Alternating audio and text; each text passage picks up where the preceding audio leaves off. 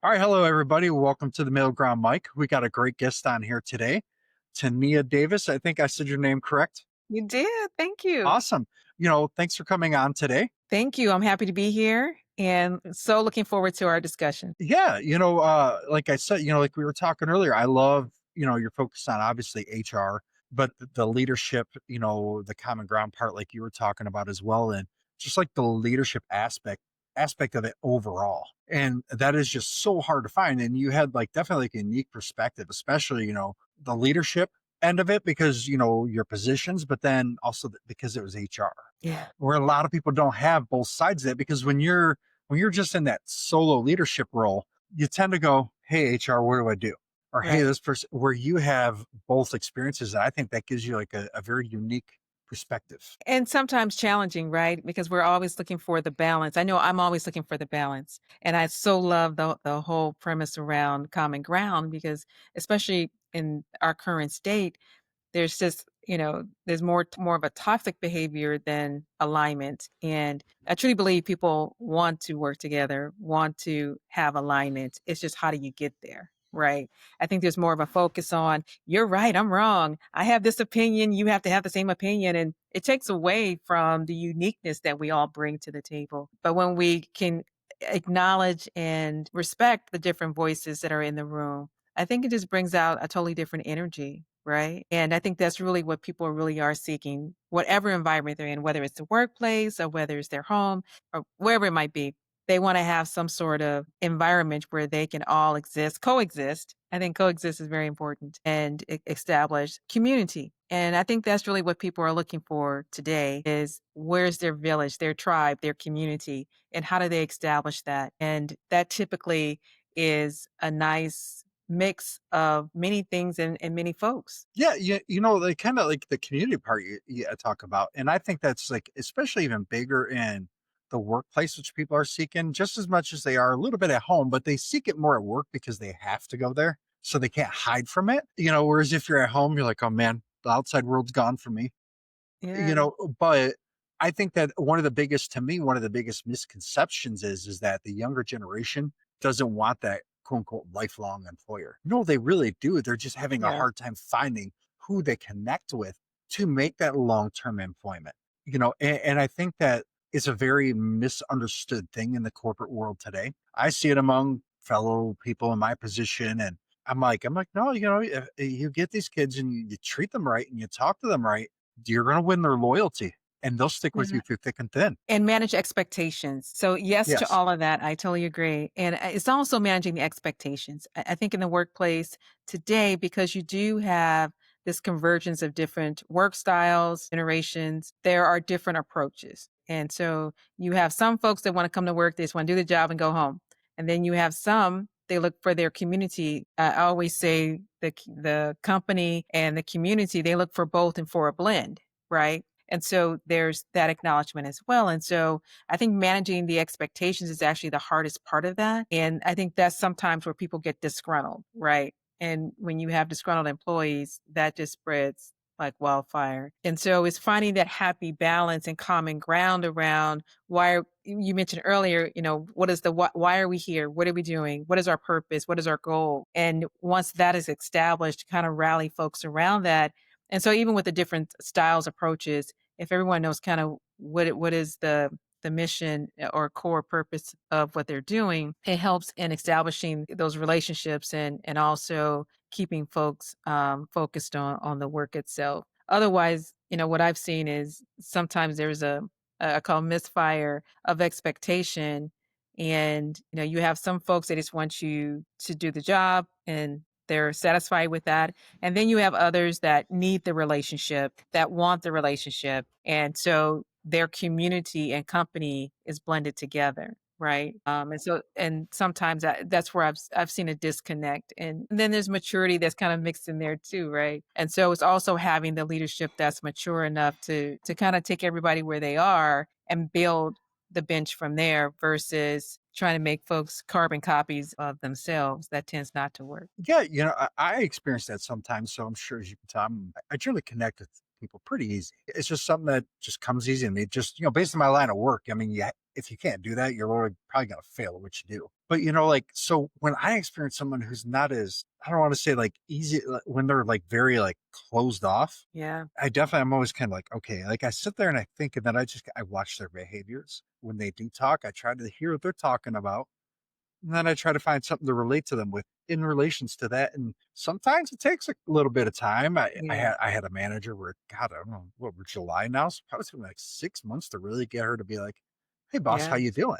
Yeah. Whereas before that, it was just cut and dry. And for me, that's very hard when and for someone like myself. It's very Yeah. hard when you interact with someone Yeah. like that. You're kind of like, what do I say to this person? Like, I feel Well, like and it I'm like slows the work offending them. down, and it can slow the Yeah, work down. Yeah, I used to work with someone, and I totally originally, I didn't understand her philosophy, but I totally understand it now. And, there's in terms of who she worked with, she really didn't care, blue hair, red hair, didn't really care. As long as they all had the same energy and passion around the work. That was just so important to her. And I totally get it, because when people are aligned around the passion, it does make getting the work out the door a lot faster. It builds the trust a lot faster, and your values are more aligned. I had a general manager tell one of a different general manager, they're like, "Yeah, hey, Joe doesn't do very well with what ifs. He kind of expects a GM or somebody to kind of come to him with some idea of what's going to happen or what they're thinking. Don't come to him Wow. with a what if because he's going to give you a look." And I was like, I think that's more of somebody, if I know they've done the job for a while, I kind of look at them like, you don't have an idea of what you want to do with that. Now, if you're Yeah. new and you don't know what you're going Right. to do, Yeah. fair enough. I'm not going to, but and I looked at this gym that said that and I said, I look at you like that because I hired you when you were 16 and you're almost 30. Yeah. I Wow. personally hired you. I did your Wow. paperwork. Yeah, I did your paperwork. Yeah. I sent you to orientation. So I know what you're about. I know you know what to do. So when you say that, I look at you like, what? Like, Well, you I know mean, the and that's answer to that true. question. Most leaders, when they hire you, they want you to do your job. If you have to tell them step one, this is what you do. Okay, step two, this is what you do. Step three, then how do you learn, right? I'm always it's always interesting to me when and I've seen it with some folks. Well, you didn't tell me what to do. Oh, well, you didn't tell me I had to do that. Okay, then what is it that you do exactly? And so, it's really interesting. But I so enjoy. I've worked with some folks that, I mean, you just give them an idea and they run with it. And I think, that creates such an energy around the work, ownership. Also, you can tap into, their gifts. I think everyone has a superpower. Play it a superpower, right? There are many aspects of HR, benefits is not high on my list. Yeah, You no, got it.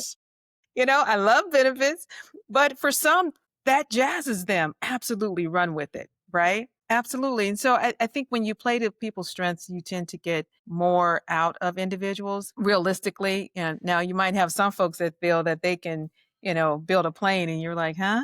Okay. But I think that for the most part, I do believe people show up to do a great job. People show up to really contribute. I do believe that. It's just the conditions that they're in if they're able to do that. And I think that's where good leadership comes into place. Good leadership is not always, "Hi, how you doing? Hey," it's not always the vibrato of happiness, I call it. But I think sometimes that's misleading. But it's more so, "Hey, here's what you're doing well.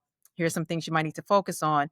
Here's how can I help you?" Right. So I think it's also providing feedback and the path for people to have success. The worst thing a leader can do is avoid conflict, avoid giving feedback, avoid interaction. That's the worst thing a leader. That's not leadership. And so I think being a leader today is exercising different muscles that leaders did not have to use, years back, right? So it's not just having the technical chops, but it's also knowing how to engage with individuals authentically, right, to get the best results. And I think that's where leaders have challenged, or they don't want to offend, or they don't know how to say, or maybe they really don't have people with blue hair as friends, really, right? But at work, they're having to work with these people that might be odd to them. Okay, well, why are they odd? And so they're not taking the time to really know the environment, and they're still working through some of maybe their perceptions, right? And so all of that gets in the way of actually getting the work done. And so how do you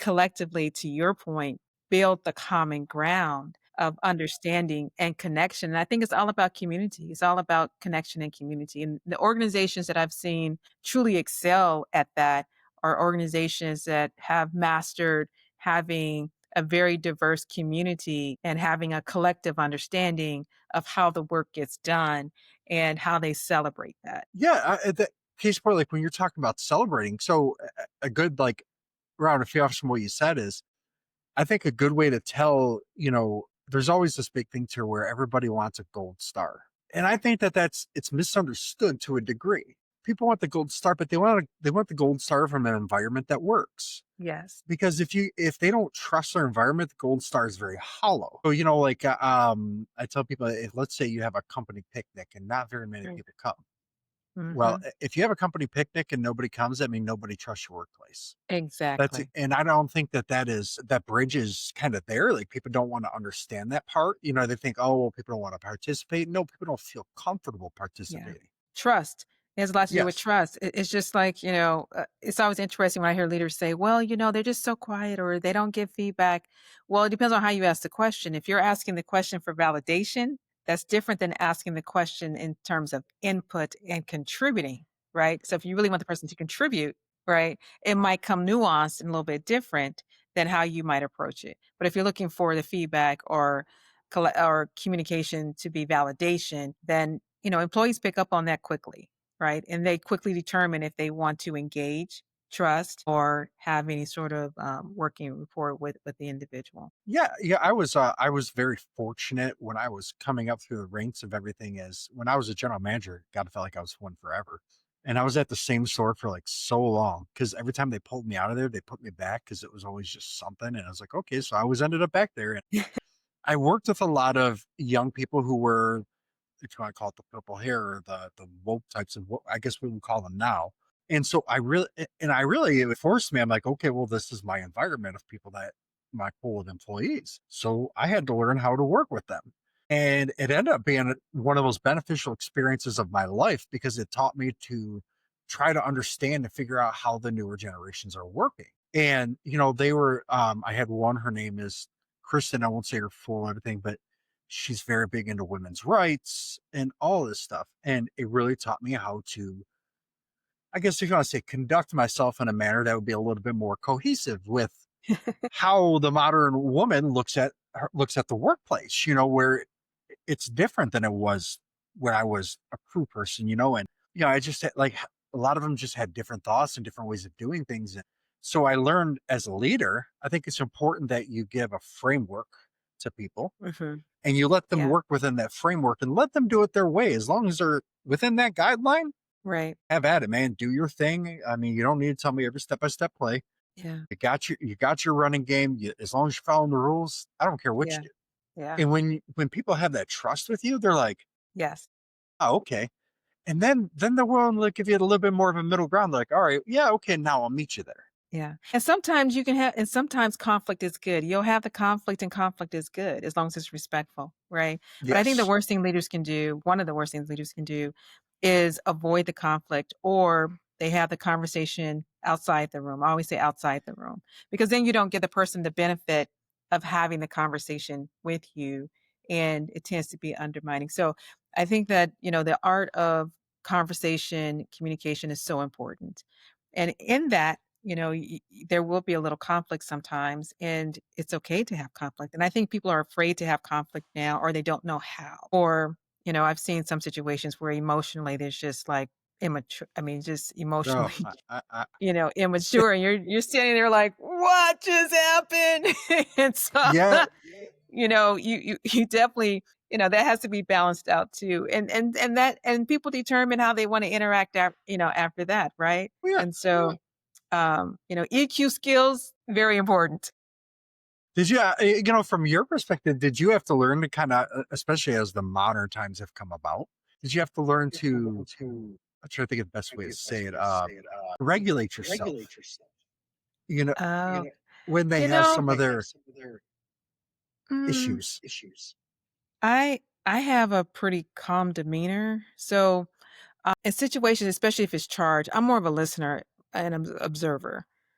in a highly charged environment. Now, did I have to learn? Yes, definitely had to learn how to use the pause button so that I don't react in the moment or react to a situation. I was in one situation where I was being totally yelled at. I mean, like yelled at in front of my peers. Like I had never experienced that in my entire career. Like yelled. I mean, it was an emotional throw up. And, I was very still and, the first thing that crossed my mind is, wow, this person must really be in pain or what have they held on to all this time? And so it wasn't about me in that moment. It was really about that person. But it does take a level of maturity to know not to respond, not to react, and to approach the situation when things have calmed down, right? However, what's important after that is to how do you re-engage and then how do you establish moving forward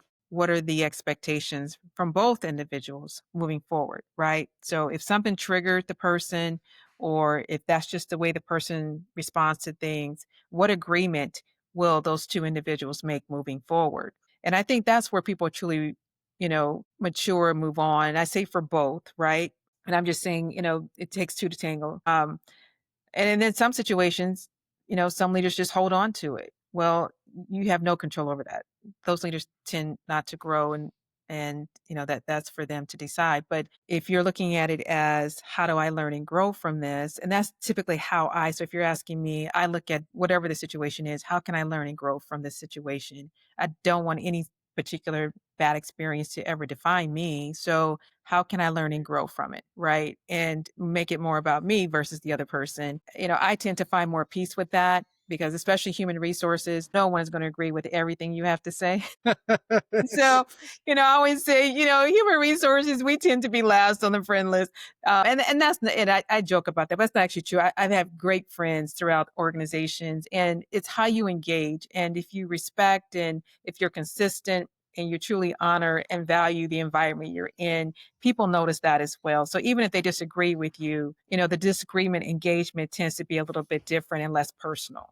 Right. And so, yeah, I've had some very interesting teachable moments, and I just choose to take them as teachable moments. And how can I personally learn and grow, to do the things that I want to do in my journey? And, I think everything happens for a reason, whether it's good or bad. Bad can turn out to be good. And so, but you can't let other folks' energy around that, trigger or, dictate how you respond. Yeah, and that's something that is that's a learned behavior for a lot of people. Yeah. And I don't think that some of them really truly understand that, Mhm. and I'm like, "Okay, how do you go about this?" And they're like, "Well, I'm gonna do ABC. Don't respond." And there's still some days where I have to tell myself that don't respond, dude. Just don't respond. Because in my head, I want to look at that person and be like, "Listen, man, this is what we do.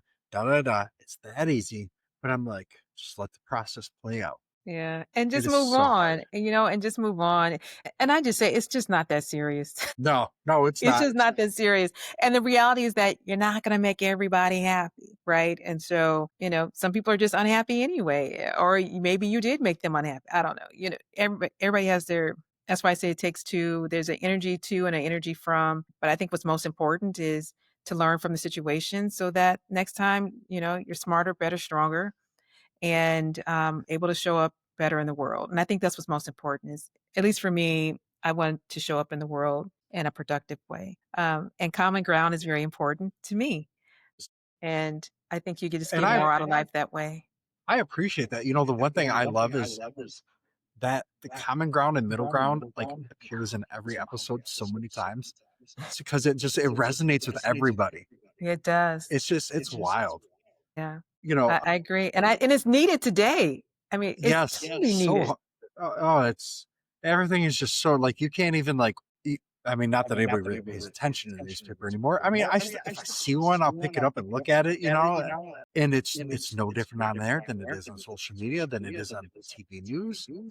And I tell people they're like, well, where do you get your news from? I'm like, well, one site I use, I believe it's called 1440 News. They're kind of like really completely independent. They just publish what they find. but I also kinda I piece around, like, I'll kinda look the same article up on, like, Mhm. 2 or 3 different sites, because each one of them has a little snippet the other one didn't put in there, and Right. then you kinda really start to get the picture, or I try to find the full interview, Right. not just that 5-second clip that takes everything completely out of context of what that person was saying. Yeah. And and listen, and we both can be right and just have a different approaches, right? Yes. One could be right and one could be wrong and just have a different perspective. And that's okay. I think what we're missing in the art of communication and in the art of conflict is that it is okay to have differences. It is Yes. okay to look at the world differently. It's okay, right? Yeah, I just don't One understand where it went like that, like, where it went from maybe I was just so isolated or something, and I didn't see it coming, but it just felt like it just changed. Like, I personally feel that, like, a lot of that was kind of, like, happening, but I feel like the pandemic really, like, put it front and center. Yeah. Like, But I think this is the people are world wanting to now. sway back.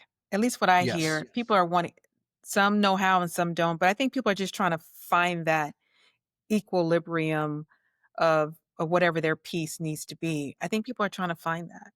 Yeah, it's, I tell people it's kinda like in the 1990s, right? I mean, it was the age of the internet, but the internet back then was an escape from everyday life, where now everyday life is an escape from the internet, You're depending on your situation, and, the role reverse, the people back then, they got online because they wanted to connect, where, and they lost that as that became the right. preferred option.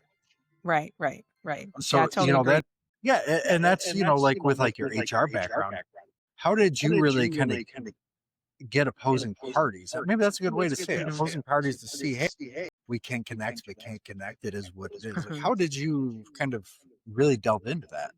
Yeah. Artfully, what's important is to let both sides air their position. That's what's really important. And I never take a side. And I really don't have a side.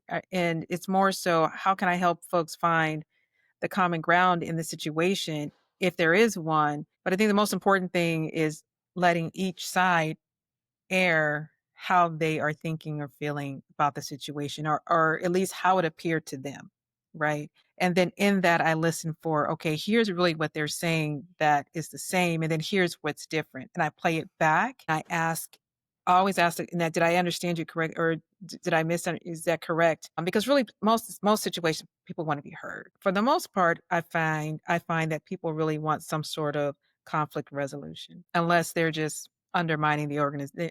That's just totally different if there's a negative behavior or there's toxic behavior taking place. And sometimes that does happen too. And that behavior really is not looking for resolution. They're looking for a side, right? So I try to find where they have some sort of agreement. And I start with, what are we here for? I truly believe everybody shows up to do a good job and we're all here to, serve the organization in different capacities, right? We just have a different view and opinion of something that's taking place. So, what is that and why is that? Right? It could be approach, it could be philosophy, it could be methodology, it could be many things. But to really understand that and help folks kind of work towards the middle. And then what's most important is moving forward, how do we agree to disagree? How do we manage the emotions around our interactions moving forward because it's not going to happen in one meeting. It's like building a muscle. How do we build this muscle so that we get better at working together? And so it takes time. I think sometimes, there's an expectation. Oh, okay, we're going to have a meeting with HR. Wave the wand. We're now working better together. It Yeah, doesn't if work. only. No, right? It doesn't work that way. And so it's understanding the root cause of the situation. And then, how do we work on building this muscle of collaboration and working together moving forward? And I check in, okay, how's it going? Let's have straight talk. How's it working? Okay, well, this is uncomfortable. I don't like saying this. Okay, well, then how can we manage it so that it's productive? And so it's just helping each person kind of have success and what they're trying to develop. And I think that's important too, is recognizing that everything's not going to happen overnight. Relationships, it takes time to build relationships. And if you've never had conflict, I would say there's no relationship because if you, right? And so it takes time. And so it's working with those individuals along the way to build that muscle. But it Yeah, does yeah, take. The funny thing you said that I did a little AI video that said, "Are you tired of the echo chamber?" And I kind of Yeah. posted that. So it's just funny that because just me, a lot of people want, if you don't have disagreement, they want. I call it the yes man. They want everybody to tell them what they want to hear. Right. Right. And I sit down with people and I'm like, I really want you to tell me if you disagree with something. It's totally fine. My feelings won't be hurt. I just need us to be on the same page. Paid. At one point earlier in my career, I requested a different boss, and they were like, "Wow, you guys seem to get along." I was like, "But we're never on the same page. Yeah. I have no idea what's And going on." sometimes that's okay, sometimes people just don't mix, and to where I think that's the hardest when to work with someone that doesn't communicate with you or communicate around you. That's I mean, you can't solve for that. That tends to be about the other person and really not about you. But and I never really faulted her for a lot of what she did. I understood the reason behind it. I would just be like, "Hey, be nice to be invited to something that has to do with me." I found out once a parking lot was getting redone from a fellow supervisor at the time of mine, and I'm like, and it was happening the next day. So I call my boss. I'm like, "Hey, parking lot's getting redone." Yeah. Yeah, I was telling so and so about it. I'm like, yeah, could just kind of let me know. And Right. I had just talked to her earlier that day, and I'm like, I'm not mad, but like, if you could just tell me, I've got like 30 people I got to tell not to show up for work. Wow. They're all Yeah. going to be upset if they show up here, waste their gas or their Uber money, and there ain't nowhere they can work. Yeah. It's And then sometimes just circling back, to your point, I think sometimes You know, if someone is uncomfortable with communicating, it's not like what you're describing, that might not be where their train of thought goes to first. So maybe walking them through, here's what happens if I am out of the loop, and this is the impact of that. And then these are the things that I then have to, put in place or correct or quickly shift, and it becomes problematic. And sometimes people are not aware. They just might think, oh, well, he doesn't need to know. It's not a big deal. So sometimes walking folks through the impact of not having information, what that does. I'm not saying for this situation, but I've seen that as well. Communication is not maybe their superpower. It's helping them understand the impact of not having information, what it does to the yeah. business. My boss would always tell me. My boss would be like, "Joe, don't get amped up. Just don't get amped up, Joe." And I'm like, because I used to when I was younger, I had a bad habit of, all right, I've said it 9 times. Now I'm just going to get direct, folks. This is what we're going to Wow. do. This is how we're going to do it. And this is when we're going to do it. And everybody was like, okay, yeah, he's repeated it too many times. They all just start doing it. And I'm like, if we could have just Right. done this before. And I'm Yeah. like, I think heavens, and no offense to the HR community, but I think heavens, we did not have a big one when I was coming up because, whoo, buddy, I would have been in trouble so many times, so many times. They're teachable moments. They're teachable moments, and being a leader is not easy work, and it You it know, takes and you trial and learn. error, and it takes mentorship, and, it's a journey. It's a journey being a It leader. really I was fortunate, and I tell people all the time, I said, I always happen to be in the right place at the right time. I think that is a big part of it that people don't Yeah, realize. And yeah, then you gotta go after it. You gotta go, I know that person's the smartest person in the room. I'm gonna pick his brain. yeah. And so I would just go up and start going, well, why is That's this this? good. Why is that that? And I tell people Right. like, do that. Yeah. And people just looking there just like it's such a foreign thing to them. They're like, why? I'm like, And I think it's important to give benefit of the doubt too. I yeah, I oh think yeah. we've kind of we're missing that part of it, as, in society today. I think giving benefit of the doubt. I've worked with some folks and it's like everybody's the enemy. They're out to get me, and, I'm just perplexed, like, "Why? I don't even think they know you're here." I don't know. It's not about you. I don't know, but I think benefit of the doubt is just so important, and especially if you don't know folks. And I'm always curious to know someone's story, right? And I think that's a great way to connect with people as well, because we have more in common than we do differences. Whether you're raising kids, or you have a dog, or you're from the Midwest, or you attended a small school, big school, had to work while you went to school. I mean, there's just so many different things in life that parallels with others, and I think if people hit pause more and truly give the benefit of the doubt, I think they would be able to build the community that they're seeking, a lot faster, and build the relationships in the workplace that they're wanting to Yeah. build. I'll throw it out there. I think the whole country and the whole world could learn a lot from Midwestern America. I've been to different parts, and you know what? People in the Midwest are more likely to try to get along than Yeah. not get along. Yeah. And then when I've been to other parts of the country, people are so cold and isolated. Mhm. Like you can just feel it walking by them. Or yeah, I don't know about that, in Chicago. Yeah. I've been to Chicago a couple times, but here, like it's just that like that nod when someone opens the door, or whatever. Hey, that thank you. And when I've been to out to LA, I've been New York, and it's there, but it's not there. And I'm sitting there and I'm like, now to be fair, family history is German. Now Germans aren't the most polite people in the world. To us anyways, right? To them, how they act is normal, but to us, it's rude here. Yeah. And I just when I was in LA, I'm like, well, man, people in Michigan, they kind of look at you like, hey, did I do something to make you upset? Yeah. And I'm like, I tell people all the time, learn from the Midwest. Yeah. I speak to everyone and I look for the kindness and enjoy what I do. And so my mindset is people can either, attach to it or reject it or I mean whatever they choose to do is what they choose to do. But I find people tend to be receptive. They're just waiting for someone to say hi to them, and so sometimes, I've seen people don't they feel, is it okay to say hi? Is it okay not to say hi? And in this state, the current state, I think people just don't know or don't want to take the risk, right? Learning Yeah. to read the room. Yeah, read the room. Read the room is very important. Yeah, Yeah, that's very that is important. like that is it is something you can learn, but also it's kind of something you can either do or you can't do. It's like both. You can And a learn little it. intuitive as well. A little Yeah, like you intuitive kind as of well. Yeah. shout out to this boss. I've known him almost 20 years. We've grown up together essentially. He got married not long after me. We've had kids in the same time frame. So just, but he told me once, he goes, Joe, read between the lines.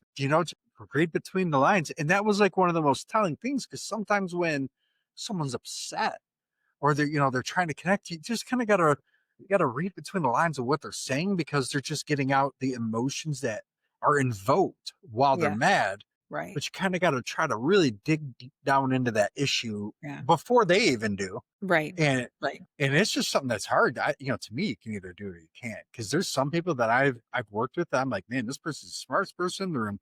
They work hard to get things done. But when there's a problem, they are checked out. They instantly turn the lights off, and they vanish. You're like, where did so and so go? Yeah. They're nowhere to be found, and it's like, well, okay, I'm left here holding the bag. Thanks, buddy. It's so I can only imagine what you with your history, what you've done, how you dealt with things like Yeah, this. it's really interesting. I think the next leg of my journey, I can take all these wonderful things that I've learned, especially around organizational behavior, into my new venture. But I did capture some of that in my first and second book. So my first book was about servant leadership, and I tried to capture the essence of everything we've been talking about. The benefit of the doubt and building communities and creating a place where people feel they can grow and flourish. But what I found is that leaders struggle with feedback. I mean, it's like kryptonite.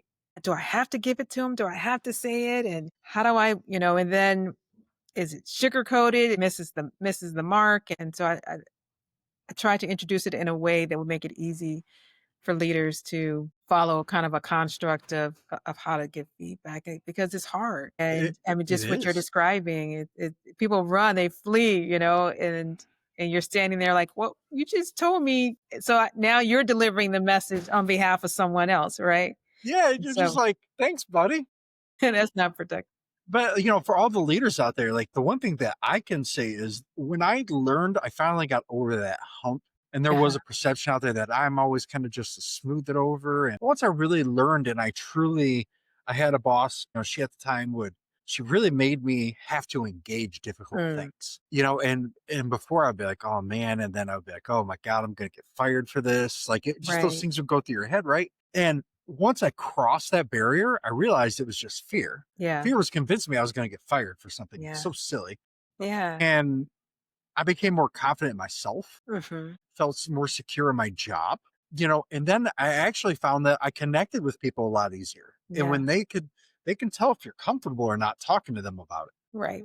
They can really, people can read that a mile away, like a mile away. Cause I could always tell which of my bosses were comfortable talking with me, which Right. ones weren't. I've only really had one boss where I got the vibe that she was just not comfortable talking to me, and I was always just kinda like, "Well, this is a good thing because at least she's not gonna bug me too much." Right. But outside of that, I generally like to have a good relationship with my bosses. Yeah. I tell people when I was coming up at the time, our organization only had, I think, like 10 stores. So the owner, you'd see the owner in there all the time, like at least once a week, once every other week at a bare minimum. Yeah. And he would always tap people on the shoulder. He'd be like, "Hey, how are you doing today?" People have been around. He would always remember something. And that's like I told you, I write that down. He'd Yeah. always remember something about their kid or something. It's one of the biggest things which made me stay there because I'm like, well, it made me feel like, hey, this guy actually cares about what happens to me. Yeah. And Yeah. it made me stay, and Yeah. when you feel that way, it Mhm. becomes more than just money. Yeah. It's Absolutely. about I wanna like, the money Absolutely. you'll learn to make what you got work Yeah. because you're happy. Yeah. And that's most important to me. I can make less and be in an environment where I am totally vibing, doing my thing, because it's just not worth it. The trade-off, or at least for me, the trade-off at some point is just, you know, toxic environments, you can't change those. And so, No, yeah, you and can't change the them, and they tend to be driven by other things. But, doing whatever your jam is and do it well and, with the right intentions, you're gonna do all the things that you wanna do anyway. I believe that. Yeah, and from, like, your perspective, there's organizations that come out there from, like, teeny tiny, and then they grow big. What do you see are, like, the biggest, like, challenges that maybe they ignore or that should be obvious but are not? Like, what are your thoughts on that? Um, what I've seen is when the employees don't understand the mission of the organization.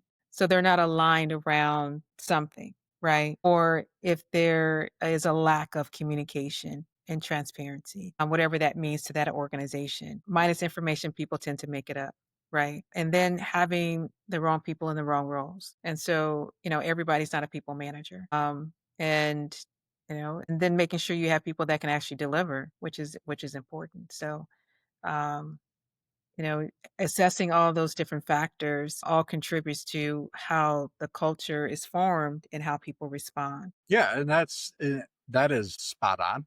I can say that.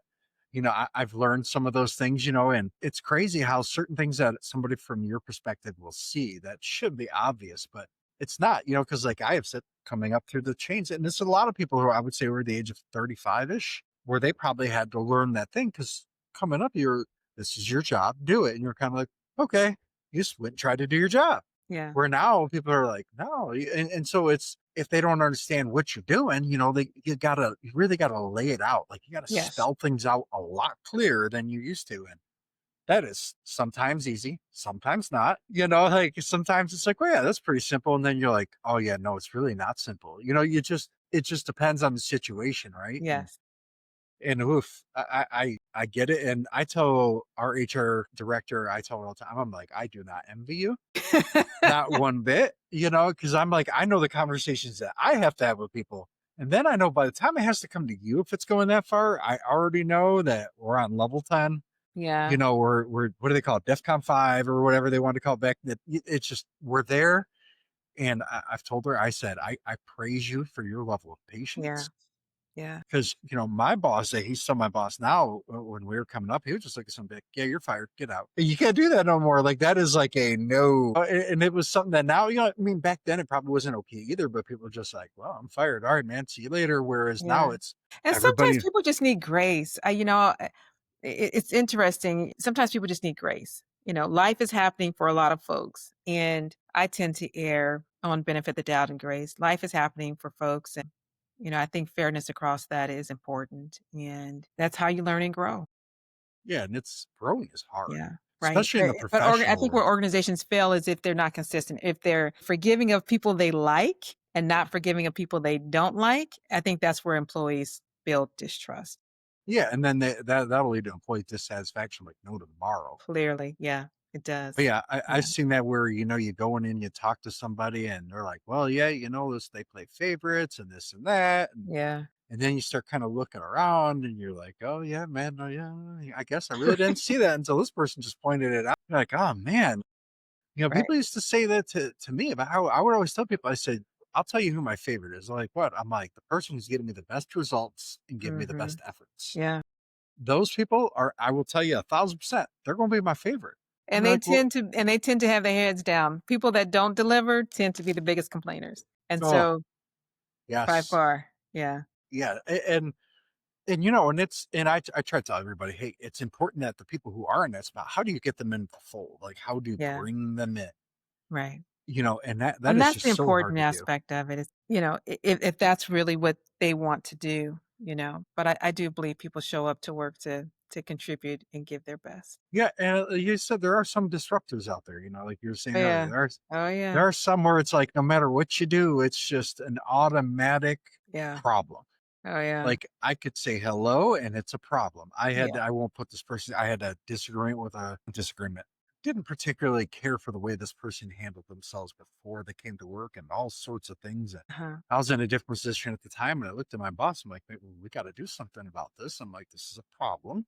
I'm like, "This person's getting mad because I'm taking calls from their store, but the problem is they're not answering their phone. Right. So I kind of have to. Like, what am I supposed to do?" And she Or would they go wanna complain. take on more work and they're not doing the job they're supposed to do. And so Yeah, you're like, "W what?" So this person would literally call my boss and go, "Yeah, Joe's running my store for me." And I'm like, "It's wow. because you weren't answering the phone." And I'm like, Yeah. and it just, and so, okay, all right, kind of navigate it. All right, this person's Yeah. tendencies. And it was just one of those people where no matter what I did, it was a problem. They weren't yeah. Yeah. So I got smart and I would just be like, That "Hey, happens boss." too, Yeah, I just unfortunately. told my boss, I said, "Hey, I know you're driving by that way today. Yeah. Just take that care of that for me. Thanks." And then I would walk out. Like, I was like, "Y'all do that to me. See you later." Right. Eventually they kind of they moved her around and they ruffled everything up. And Right.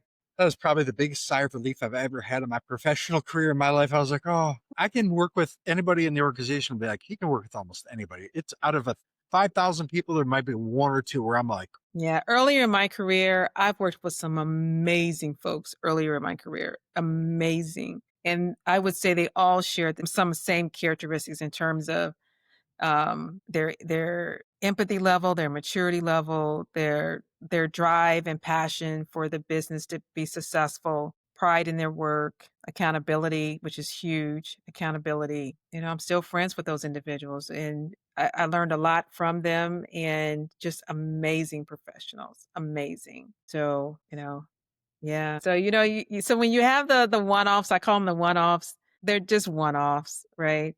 "Oh yeah."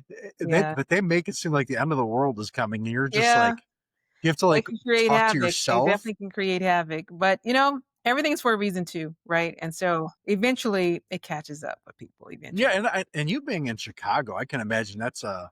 I mean, Detroit is, I guess, if you want to call considered a big city. I mean, we're a big metropolitan. Detroit's not as much of a big city these days, but it's on the rebound. I'll say that. They've rebuilt most of downtown. Okay, that's So it's good. starting to get nice, and people are actually Okay. moving back. But I can imagine that environment there is like a lot more complex than it would be here, It where is complex. It is very complex, and the current state has made it even more complex, and You know, I still kinda just go back to what I said earlier in our earlier conversation. People should just be where they feel they can do their best work. There are more jobs than candidates right now. And so I think this moment in time is giving people an opportunity to hit pause and say, what is it that I really want to do? What's fulfilling, right? What excites me to get up in the morning, right? And I think people are reassessing and that's good. Right? And so I think there's gonna be complexity for the upcoming years. There's gonna be complexity to some degree, right? And so it's just a matter of what complexity you want to engage with, right? I tend to look at things differently. I look at things as what is it that I want to do? What kind of legacy of work do I want to leave?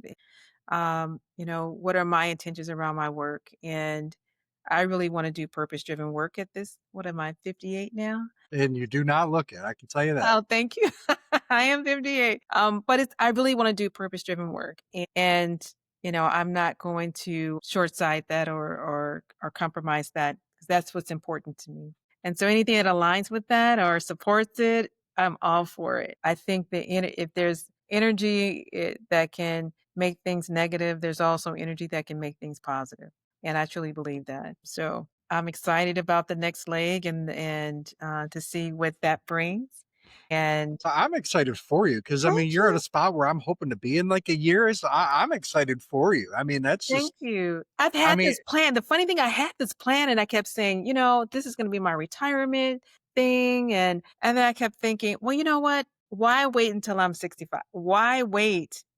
Do it now. And so now this is my now, right? Everybody finds their now. This is my now.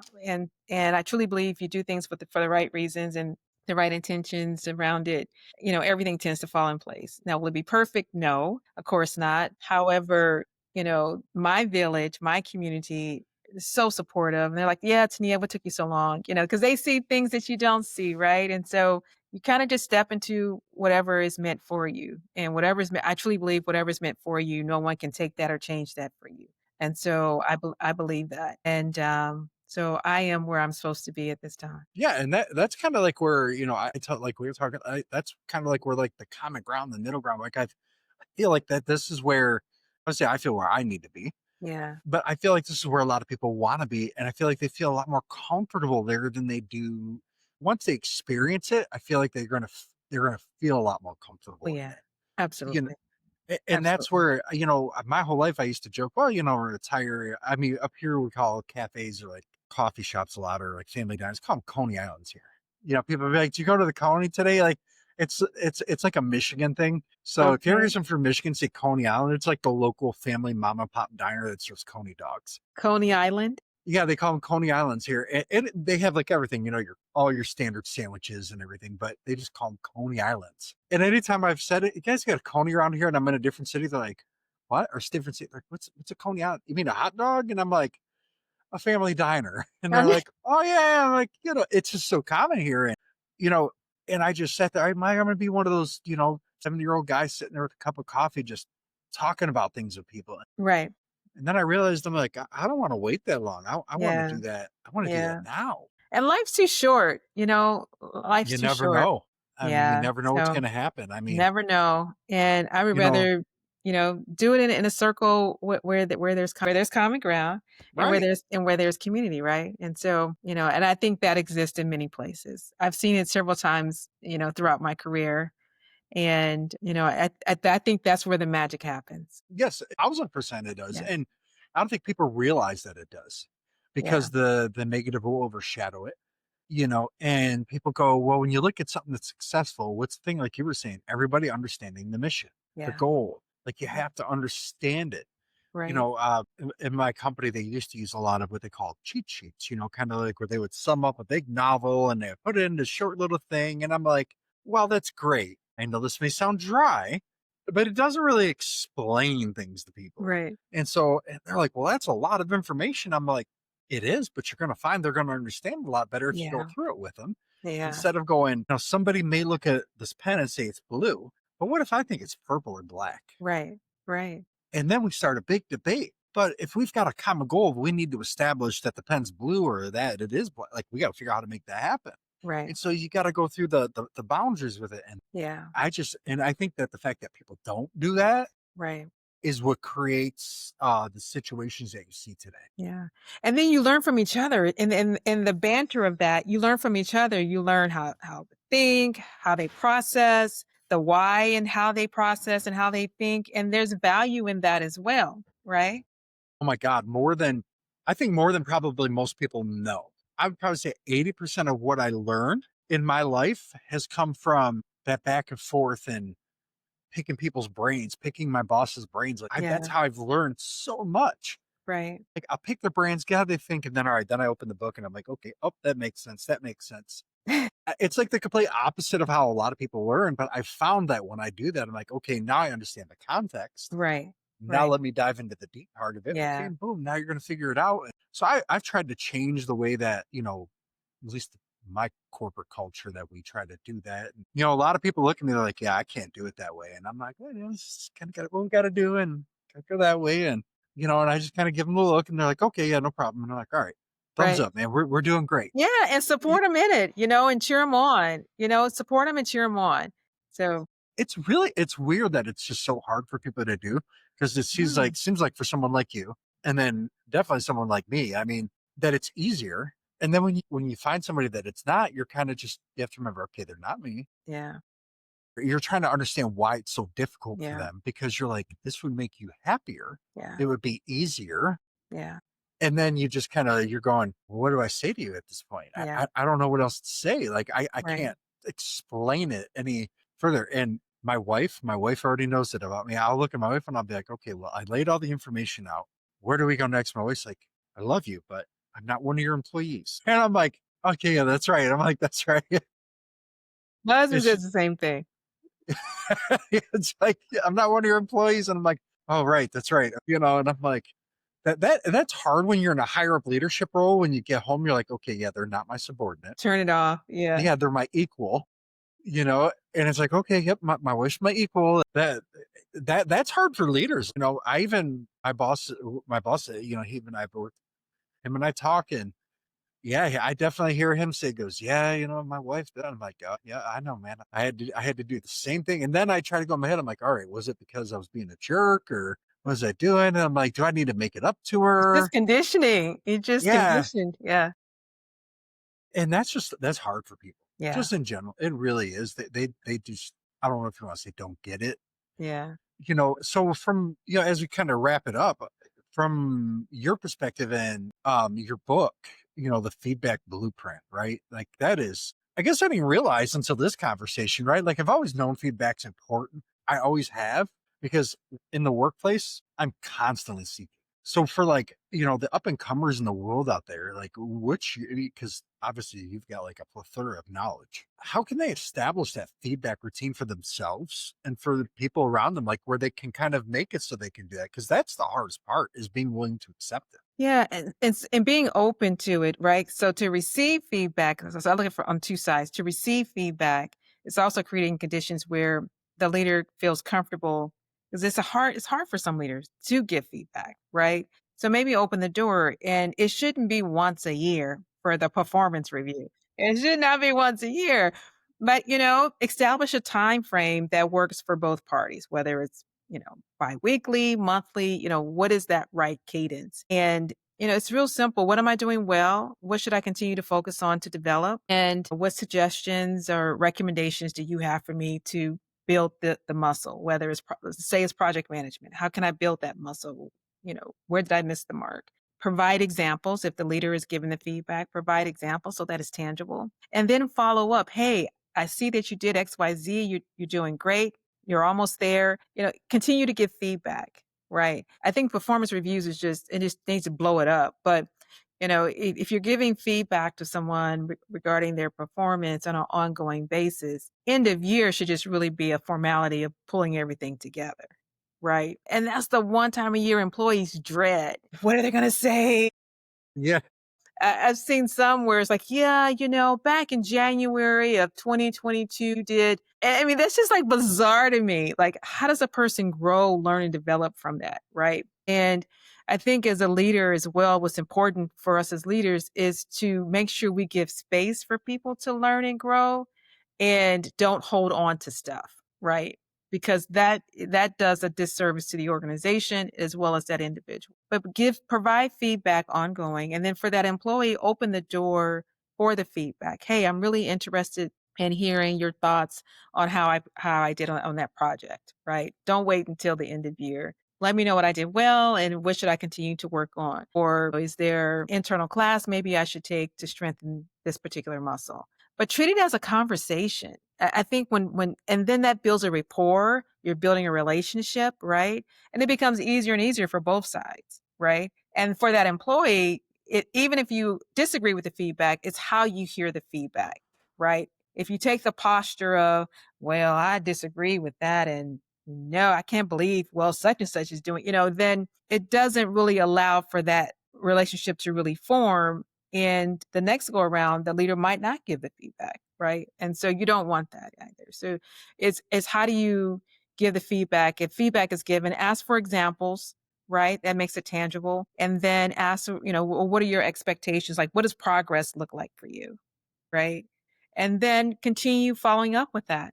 And it's not one-sided. It's interesting. A lot of times, employees feel you're the leader. It's your job to tell me this. It's your job to tell me that. It's your job to, and it's not. It's a partnership, right? I always say, folks that take control of their career tend to do extremely well, right? Now, their expectation of you to provide support, resources, and instruction, yes. However, it's a partnership, right? That's what makes a stronger unit. Yeah, that is definitely something that is. I think that especially when you bring newer people in and as you're growing, you've got to make sure that they understand that part as they're coming in the door. Because if you don't ensure that they're understanding that part, it creates problems. So a big example that I use to people is I say, open door policy. It is a great thing, but open door policy becomes hazardous when people haven't learned how to work with each other. Because then the only time the open door is used is when everybody's on level 10. That's true. That's true. Yeah, Yeah. I had suggested, I'm like, well, in orientation, maybe we talk about feedback and kind of how to talk to each other. And if you got a problem, this is what you do. Not just, well, if you don't like somebody, you do this and this and this. Yeah. Yeah, we need to put that there too, but we also need to be like, hey, have a conversation with your boss that can get the other Right. person involved. And if you're willing to hear something you might not want to. Like, I just think that's something that, like what you said in your book, obviously. I'm going to read your book because it's something that I Oh, love. thank And if you. it's great, I'm gonna, like, make everybody in my company read it. Okay, well give me the feedback after you read it. Give me the feedback. I tried to make it really simple to sometimes leaders are at different places in their career, and so they might not need to read the whole book. So I tried to slice it in chapters where they could take whatever part they need and use it. And I created very simple frameworks with templates and everything in the book for folks to take and use with their team. Yeah, it's feedback is it's so important, and it's not just I'm trying to think of the best way to say it. It's not just important for in order to me, in order for your ability to grow, Yeah, but it's in order for your ability to understand. Growing is understanding, but it's also your ability, I guess to me, it teaches you how. Maybe that's a better way to put it. It teaches you how to understand things. I had a Like, former coworker, and Esther used to say, I'll give her credit for that, feedback is a gift. And if you don't give the gift, then you rob them the opportunity to grow. yeah, yeah, I mean, no doubt. I mean, it's and just so you know, I did already buy your book. Oh, you I just haven't did? received it yet, just so you Okay. know. Like, Okay. I love stuff like I love stuff like that. It's I guess it's a big deal to me because, like I've told you the nature of my job, I want to Right. put my company out there, but it's huge. And I think that applies to people out there, that applies more just work. Yeah. That can apply to your personal life. Yeah. That can apply to your interactions at the grocery store, Yes. especially when Yes. somebody's losing their ever loving mind over a coupon that's been Right. expired for 3 years. I've seen it happen. And I'm like, I just kind of sit there and I'm like, well, they're kind of telling you it's been expired for like three or Right. 4 years, man. Like, Exactly. they're nice about it. They're not giving you a hard time. And me being in my Right. industry, after a while, I kind of like I try not to, but once in a while I'll butt in. I'll be like, hey, they did what they could for you. Right. Maybe Right. walk over to customer service and and they'll be like, oh, thank you. And I'm like, I don't want to overstep. Yeah, I'm Right. just a customer. And that really got worse after COVID. Oh, yeah. Oh, yeah. Absolutely. I used to Absolutely. love going shopping. My wife used to say I was more of a woman in that aspect. She used to joke around because I would be like, yeah, let's go check some things out. And now I'm sitting there going, oh man, I do not want to go to the store because you're going to see one of these folks in there just having a meltdown about something. And I don't want, I deal with that all day at work. I don't want to go to the store, and Yeah. do that now. That's true. That's true. So, but yeah, I really appreciate you being on here. Thank you. As we wrap up, give everybody a little bit of an exit push on some of the things you got going on. Well, so I'm opening a bookstore cafe, and we are targeted to open mid-September in Homewood, Illinois. And I'm super excited. I will have blasts on my social media, and we're creating a Facebook and all forms of, and even a TikTok. So I'm working with the team on that because that is not my superpower. And I'm just looking forward to the next part of the journey around that, and I really wanna create a community and help build the next generation of writers and poets and create a community around literacy and strengthen what's already here. There's already a foundation, and there's so many different local authors here, and there will be a space for podcasting as well. So, giving everyone a voice in whatever format they choose, whatever their jam is. So, looking forward to that. Yeah, if And I'm if ever in there's one Chicago, I'm call to definitely coming action by. I can throw out as one call of action, and that is, let's try to be kinder, gentler to one another and, build a positive community. Man, if I'm in Chicago, I'm definitely gonna stop by your cafe. You So better. I most definitely will because that would be great. I would have Yes.